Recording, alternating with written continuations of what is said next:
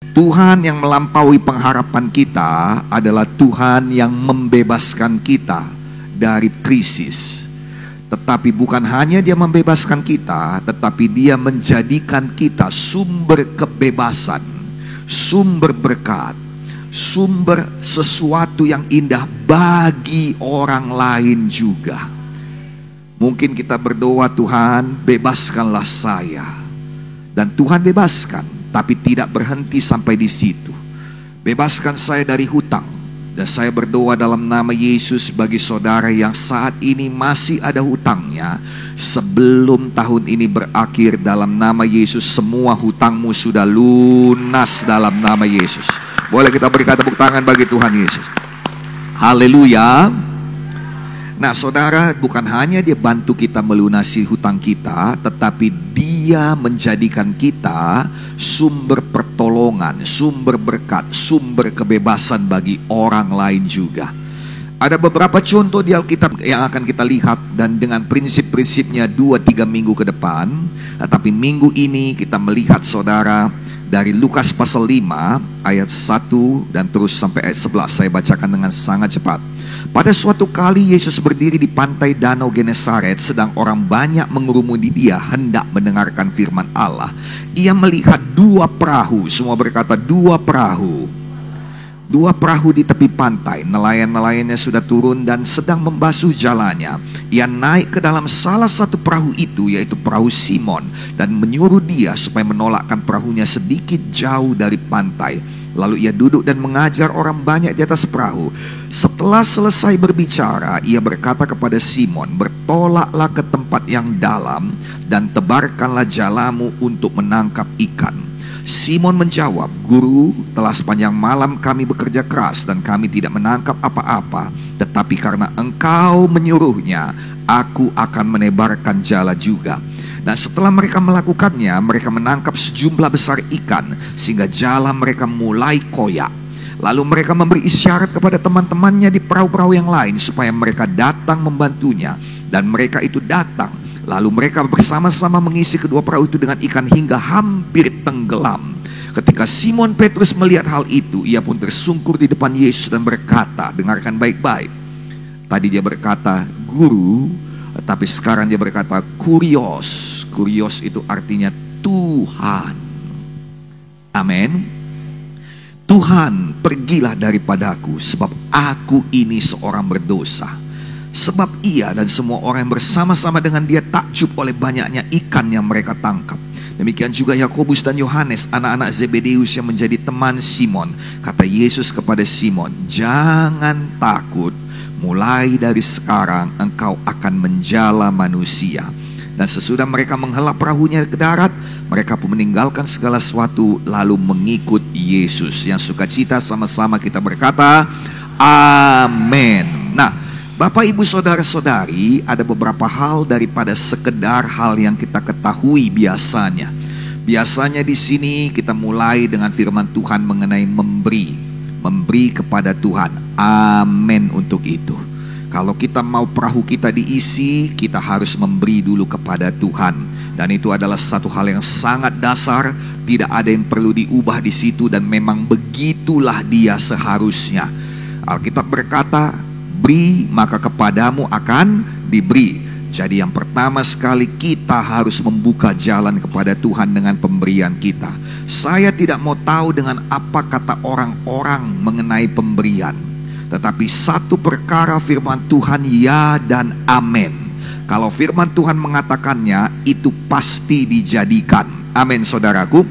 Dan ayat ini saudara bercerita mengenai banyak hal. Nah saudara, selain daripada memberi, nomor 1 saudara bisa catat, tapi kita bisa jauh lebih dalam lagi. Ini bercerita mengenai perubahan kehidupan. Ini juga bercerita mengenai berkat yang melimpah-limpah. Ini juga bercerita mengenai menemukan tujuan kehidupan. Dan kemudian bercerita mengenai satu kehidupan yang dipenuhkan sampai kepenuhannya. Bercerita mengenai bagaimana seorang bisa bertobat. Dan bercerita mengenai seorang yang tadinya kosong, yang tadinya tidak berani pulang berhadapan dengan keluarganya karena tidak mempunyai apa-apa. Tetapi kemudian saudara, bukan hanya dia diberkati sehingga dia bisa memberkati temannya juga, tetapi dia diberkati sehingga dia berubah hidupnya menjadi penjala manusia yang sampai hari ini surat Petrus masih memberkati kita. Yang mengerti katakan amin. Nah, Bapak Ibu saudara-saudari, saudara harus tahu dari mana Petrus ini datang. Kalau dia datang dari anak konglomerat, itu bukan satu hal yang mustahil. Kalau dia datang daripada anak wali kota, itu juga satu hal yang biasa. Kalau dia pun mungkin datang daripada seorang darah biru, ya anak orang kaya, atau anak seorang terpandang di kampung itu juga hal yang biasa. Tapi dia hanyalah seorang nelayan biasa. Dari seorang nelayan biasa yang namanya masih disebutkan orang 2000 tahun setelah kematiannya, itu adalah satu prestasi yang luar biasa. Yang mengerti katakan amin. Dan ini orang terus diingat. Dan bukan hanya itu, dia memberkati sampai 2000 tahun lebih setelah kematiannya. Apakah yang menjadi rahasianya? Saya rasa saudara sudah mendengar khotbah daripada Bapak kita dahulu. Yang pertama tadi sudah saya beritahu, memberi kepada Tuhan. Yang kedua, bertolak ke tempat yang lebih dalam. Yang setuju katakan amin. Saudara bertolak ke tempat yang lebih dalam, itu artinya saudara harus punya kedalaman kalau mau diberkati. Coba tanya hidup saudara, sudahkah Anda memiliki kedalaman? Sudahkah Anda memiliki kedalaman mulai daripada roh saudara? Apakah persekutuan kita dengan Tuhan memiliki kedalaman atau hanya dangkal saja? Orang yang datang pada Tuhan hanya pada saat dia punya masalah, punya persoalan adalah orang yang dangkal dengan Tuhan. Orang yang datang kepada Tuhan karena memang kewajibannya. Dia doa karena memang mau gak mau harus doa setiap hari 1 jam. Dia paksa dirinya bangun, lalu kemudian dia mulai nyanyi. Lagunya pun sama dari hari ke hari. Lagu penyembahannya pun itu ke itu saja. Nah saudara, lalu kemudian pembukaannya pun pasti sama. Haleluya, haleluya. Lalu kemudian sambung basaro. Tidak ada yang salah di situ, tetapi kedalamannya kurang. Yang mengerti katakan amin. Sudahkah cukup dalam rohmu? Sudahkah cukup dalam jiwamu? Jiwa bercerita tentang skill kita, kemampuan kita. Nah saudara, adakah skill kita dalam berjualan sudah bertambah tahun ini? Jiwa berbicara mengenai karakter kita. Sudahkah karakter kita ada perubahan tahun ini? Apakah kita berubah bertambah baik atau kita berubah bertambah buruk? Sayang, perlu sekali kita bertolak ke tempat yang lebih dalam. Bertolak ke tempat yang lebih dalam menandakan kelasmu berbeda. Mungkin kalau kita dalam kelas nelayan tidak ketahuan, tapi dalam kelas berenang itu pasti ketahuan. Karena orang yang tidak bisa berenang, baru belajar berenang, entry level, level pemula, dia akan ada di kolam yang dangkal. Tetapi orang-orang yang master, yang suhu, yang adalah coach, yang adalah atlet, dia akan ada di kolam yang dalam. Sayang, seberapa dalam skillmu, seberapa dalam kemampuanmu, seberapa dalam kesabaranmu, karaktermu, itu menentukan ikan yang datang kepadamu. Sayang, ada ikan di tempat yang kecil, di tempat yang dangkal tetap ada ikan, tapi tidak sebanyak di tempat yang dalam. Memang untuk ke tempat yang dalam itu perlu usaha, perlu kayuhan. Petrus sudah capek, tetapi dia harus mengayuh lagi ke tempat yang dalam. Mungkin kita merasa sudah cukup lah, aku sudah umur segini, kenapa aku harus belajar lagi? Sayang, dengarkan, amang inang, selagi ada nyawa di dalam dirimu ini, maka Tuhan meminta kita bertolak ke tempat yang dalam, karena di sana ada berkat-berkat kita. Amin. Lebih dalam firman, lebih dalam doa, itu rohani. jiwani, lebih dalam skill, lebih dalam pengetahuan, dalam karakter. Amin. Dan kemudian saudara dalam badaniah. Amin. Nah sebentar nanti kita bicara lebih dalam materi. Amin. Haleluya. Satu lagi yang diajarkan oleh Bapak kita, dia selalu berkata apa yang dikatakan Simon Petrus, karena engkau yang mengatakannya, aku akan melakukannya. Satu sikap yang sangat sederhana ini yang membuat kita akan merasakan keajaiban daripada berkat Tuhan. Keajaiban Tuhan sangat sederhana, karena engkau yang mengatakannya, aku lakukan. Karena engkau yang mengatakannya, aku lakukan. Karena engkau yang mengatakannya, aku lakukan. Apa yang dikatakan firman padamu, anakku? Walaupun engkau capek, walaupun kelihatannya sumbernya tidak kredibel. Kenapa saya katakan kelihatan sumbernya tidak kredibel? Karena sebenarnya Yesus itu adalah tukang kayu. Bagaimana mungkin seorang tukang kayu menasehati seorang nelayan profesional? Dan Petrus menyatakan dirinya nelayan profesional karena dia berkata, guru, ya hormat. Ya mengerti, katakan amin. Ya hormat, guru. Kami sudah semalaman dan nelayan itu mancingnya, jalannya, nangkap ikannya malam, guru. Karena Danau Galilea ini jernih. Semalaman aja kami tidak dapat ikan. Tetapi ya bisa saja berkata, guru, ini buang-buang waktu. Anda siapa?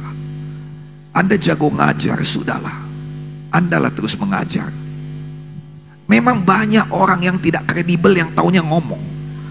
Tetapi Petrus tahu.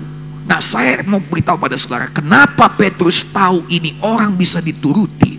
Karena pada waktu dia mengajar dengan kuasa. Pada waktu dia mengajar seperti biasanya pasti ada mukjizat. Yang mengerti katakan amin. Pada waktu dia mengajar pasti ada sesuatu yang indah keluar. Pasti ada perubahan hidup. Itu sebabnya dia tahu ini orang, walaupun dia hanya seorang tukang kayu, perkataannya patut dipertimbangkan. Saya berdoa di dalam nama Yesus supaya Tuhan mengangkat saudara tinggi, sehingga perkataan-perkataan saudara sungguh-sungguh mempunyai bobot yang mengubahkan hidup orang. Amin. Tapi itu dimulai daripada satu sikap, dimana kalau bos ngomong kita patuh. Nah sekarang kita lihat beberapa ayat di sini yang apa mau saya tambahkan pada saudara. Dengarkan baik-baik. Tadi kita sudah baca Lukas pasal 5 ayat 1 sampai 11. 3 perkara sudah saya sampaikan padamu. Nomor 1, kita harus memberi. Nomor 2, kita harus bertolak ke tempat yang lebih dalam. Nomor 3, kita harus percaya kepada Tuhan. Itu adalah yang diajarkan dahulu. Kita perdalam sedikit. Amin. Sekarang nomor 1 yang baru bagimu. Nomor 1, ketahuilah bahwa Tuhan menargetkan engkau. Ada hari di mana engkau menjadi target khusus dari Tuhan. Saudara lihat hari-hari yang lain, Tuhan berbicara mengenai siapa? Orang buta yang disembuhkan. Hari-hari yang lain Tuhan berbicara mengenai apa? Mengenai 5 roti dan 2 ikan, jadi 12 bakul dan 5.000 orang makan. Betul atau tidak? Hari lain Tuhan berbicara mengenai Bartimeus. Hari lain Tuhan berbicara mengenai orang kusta. Hari lain Tuhan berbicara mengenai orang yang disembuhkan yang lain. Perempuan yang sakit pendaraan 12. Tetapi hari ini, lihat baik-baik, Tuhan mengajar, tapi tidak ada satupun pengajarannya ditulis di buku Injil manapun. Nah, saya percaya seperti apa dikatakan oleh orang-orang, siapa dia ini? Dia berbeda dengan ahli Taurat kita karena perkataannya berkuasa. Saya percaya dalam setiap kali dia mengajar pasti ada mukjizat. Amin. Nah sekarang Petrus pun percaya karena dia melihat mukjizat itu. Tetapi Alkitab tidak bicara mengenai satupun mukjizat yang terjadi. Alkitab tidak bicara mengenai apapun yang diajarkan Tuhan Yesus. Alkitab berbicara banyak mengenai pengajaran Tuhan Yesus, mengenai mengampuni. Jangan khawatir, banyak lagi yang lain. Yang mengerti katakan amin. Tapi kali ini, hari ini, Injil dan Alkitab berbicara mengenai Petrus. Itu artinya dari sejak awalnya Tuhan menargetkan hari ini untuk Petrus. Saya berdoa akan ada hari-hari bagimu, bagi saya, bagi GKII, di mana Tuhan menargetkan engkau, dan dalam nama Yesus kita tidak gagal mendapatkan berkat Tuhan. Haleluya. Itu sebabnya saya ajari saudara nomor 3 tadi, sebelum hari itu datang, punyai satu sikap. Kalau Tuhan mengatakannya, saya kerjakan. Percaya pada Tuhan, percaya pada hamba-hamba Tuhan. Nomor 1, ketahuilah. Amin. Amin. Amin. Nah, nomor 2, supaya kita mempunyai satu kehidupan yang dilepaskan Tuhan dari krisis dan juga menjadi berkat bagi orang lain. Punyai 2 perahu. Saya ulangi pada saudara. Punyai 2 perahu. Dan ini saya sungguh-sungguh beritahu pada saudara. Karena Tuhan tahu ada 2 perahu di situ. Tapi Tuhan isi 1 dulu. Dari yang 1 ini Tuhan isi 1 perahu lagi. Dan 2 perahu itu diberkati. Anda semua di sini pasti punya 1 pekerjaan. Tapi hari ini saya berdoa sebelum tahun ini berakhir, Anda punya 2 pekerjaan. Anda di sini pasti punya 1 sumber penghasilan. Ada yang punya toko, ada yang punya pekerjaan, ada yang punya usaha, ada yang punya rumah makan, ada yang punya kedai, ada yang punya apa saja. 1 sudah Tuhan berikan. Tapi saya berdoa ada perahu kedua yang siap untuk diisi Tuhan sebelum tahun ini berakhir dalam nama Yesus. Boleh kita berikan tepuk tangan bagi Tuhan Yesus. Sayangnya hanya ada 2 perahu di sini. Karena Alkitab berkata tadi, Yesus melihat ada 2 perahu. Yesus lihat. Saya ulangi sekali lagi. Yesus melihat. Pekerjaanmu tidak tersembunyi dari Tuhan. Usahamu tidak tersembunyi dari Tuhan. Dan Tuhan menargetkan satu hari di mana Dia mengisi penuh kedua usahamu itu. Sekarang, kalaulah kau punya 3, Tuhan akan isi 3-tiganya. Karena Alkitab berkata minyak itu berhenti mengalir ketika bejana itu habis. Kalau kau punya 10 bejana, 10 perahu, Tuhan akan isi. Dan Tuhan isi pas sampai titiknya di mana perahumu tidak tenggelam tapi hampir tenggelam. Saya berdoa kau tahu kalau begitu itu pasti Tuhan. Dalam hal ini saya mau menyampaikan juga satu pengertian yang Tuhan berikan dan saya sudah tahu berikan pada cabang-cabang. Bahwa saya orang yang tidak suka menobatkan orang lain dengan mengancam. Karena orang yang bertobat, memang banyak orang yang bertobat karena ada ancaman, kematian, ketakutan dan lain sebagainya. Pujilah Tuhan untuk itu. Mungkin sekali-sekali kita tetap buat. Amin. Tapi saya lebih suka dengan cara ini. Di mana Petrus berkata, guru, guru, guru. Tapi ketika berkat itu datang, dia tahu itu bukan cuma guru. Tapi dia tahu ini Tuhan. Amin. Dan Petrus kenal Tuhan. Bahkan ketika namanya belum Petrus, masih si Simon. Amin saudaraku. Petrus kenal Yesus Tuhan. Sejak awal dia diberkati. Dan satu-satunya orang yang bisa menjawab engkaulah Tuhan anak Allah yang hidup, hanya Petrus. Dan itu datangnya bukan karena diancam kau nanti masuk neraka. Itu datangnya bukan karena diancam engkau terus dalam dosamu, miskin nanti engkau. Tapi itu datang karena berkat yang melimpah. Saya percaya ada di dalam hati setiap manusia.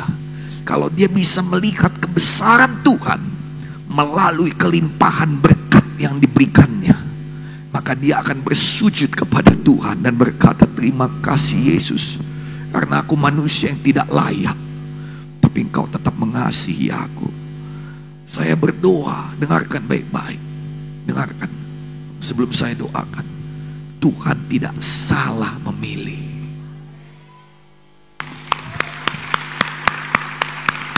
Karena ada juga orang kaya yang datang dengan semua kehebatannya. Bagaimana aku bisa masuk surga ya Tuhan? Apa kata firman Tuhan? Apa kata hukum Taurat? 10 hukum. Lakukanlah itu. Semua sudah kulakukan sejak masa kecilku. Ada satu kurangmu. Apa itu? Jual hartamu, balik kemari, ikut aku. Gak mau dia. He did not know who is speaking. Dia tidak tahu siapa yang berbicara padanya. Dia tidak punya sesuatu yang saya ajarkan padamu, karena engkau yang mengatakannya, aku akan berbuat. Karena dia tidak kenal siapa Yesus. Dia pergi dengan sedih. Saya berdoa engkau tidak pulang dari tempat ini dengan sedih. Saya berdoa engkau tidak pernah keluar dari doa-doamu dengan sedih dalam nama Yesus. Karena engkau tahu tadi kuncinya. Karena engkau yang mengatakannya, aku akan buat. Saya berdoa tidak ada berkat yang menjauhkan engkau dari Tuhan. Sayang, itu pekerjaan Tuhan. Itu pekerjaan Tuhan. Amin. Kita sampai kepada prinsip yang kedua tadi. Miliki 2 perahu. Malam ini doakan. Saya mau saudara sungguh-sungguh berdoa. Apa yang ada padamu, biar Tuhan bawa keluar. Gali dia. Amin. Ayo berani memberi. Ayo kalau Tuhan berkata, saya patuhi. Yang setuju katakan amin. Baru sadari, doakan, harinya akan datang. Akan datang harinya, dan saya berdoa engkau tidak gagal. Saya berdoa engkau tidak gagal. Dan hari itu bukan satu hari saja. Engkau lihat Petrus dia pergi meninggalkan segalanya mengikut Yesus. Satu hari dia bertanya kepada Tuhan, dan dia berkata, Tuhan, kami tinggalkan semuanya. Apa yang kami dapat? Tuhan senyum dan dia berkata, engkau akan dapat 2 kali ganda di masa kini dan di masa yang akan datang. Haleluya. Haleluya.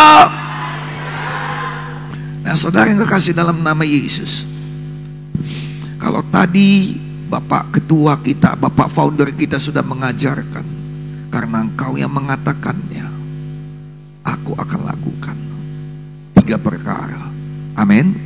Hari ini saya bawakan pada saudara 3 perkara juga. Yang pertama, harinya akan datang.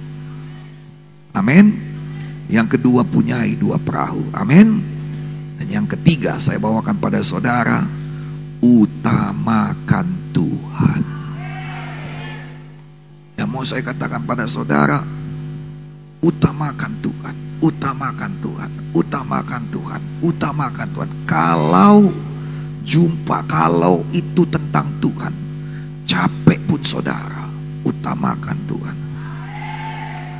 Saudara, kadangkala memang sepertinya Tuhan gak ngerti, tapi yang mau saya sampaikan pada saudara, jalan Tuhan bukan jalanmu. Dan satu sikap yang saya bagikan padamu ini, itu bisa saja menyelamatkan hidup. Sekarang ini saudara, kita itu datang kepada satu tempat di mana kita itu diperlakukan dengan cara kita. Tapi Tuhan akan melepaskan engkau. Tapi lebih daripada itu, dia akan menjadikan kita sumber kelepasan bagi orang-orang lain juga. Kalau engkau mau mengutamakan Tuhan, yang ngerti katakan amin. Yang ngerti katakan amin. Makanya saya katakan, punyai tempat yang dalam dulu. Karakter, belas kasihan, mengasihi, lalu kemudian utamakan Tuhan. Ini Elia berkata, Tuhan berkata, janda itu percaya. Dia bisa berkata banyak hal, tapi karena dia dengar Tuhan berkata, ada satu sikap padanya, mengutamakan Tuhan. Dan Alkitab berkata, tepung itu tidak habis-habis, minyak itu tidak habis-habis, seperti yang dikatakan oleh abdi Allah itu. Haleluya. Sayang, selalu ada tes Tuhan untuk mengetahui apakah kita pantas untuk berkat yang besar itu.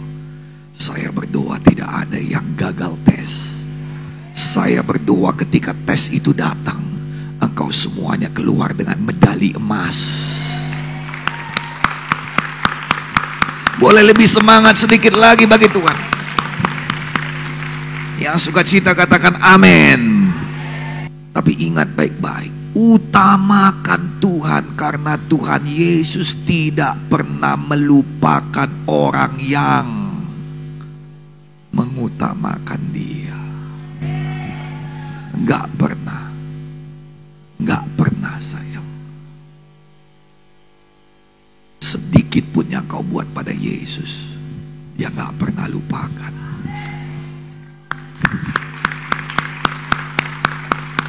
Maka saya ajak saudara, dalam hal berdoa, utamakan Tuhan.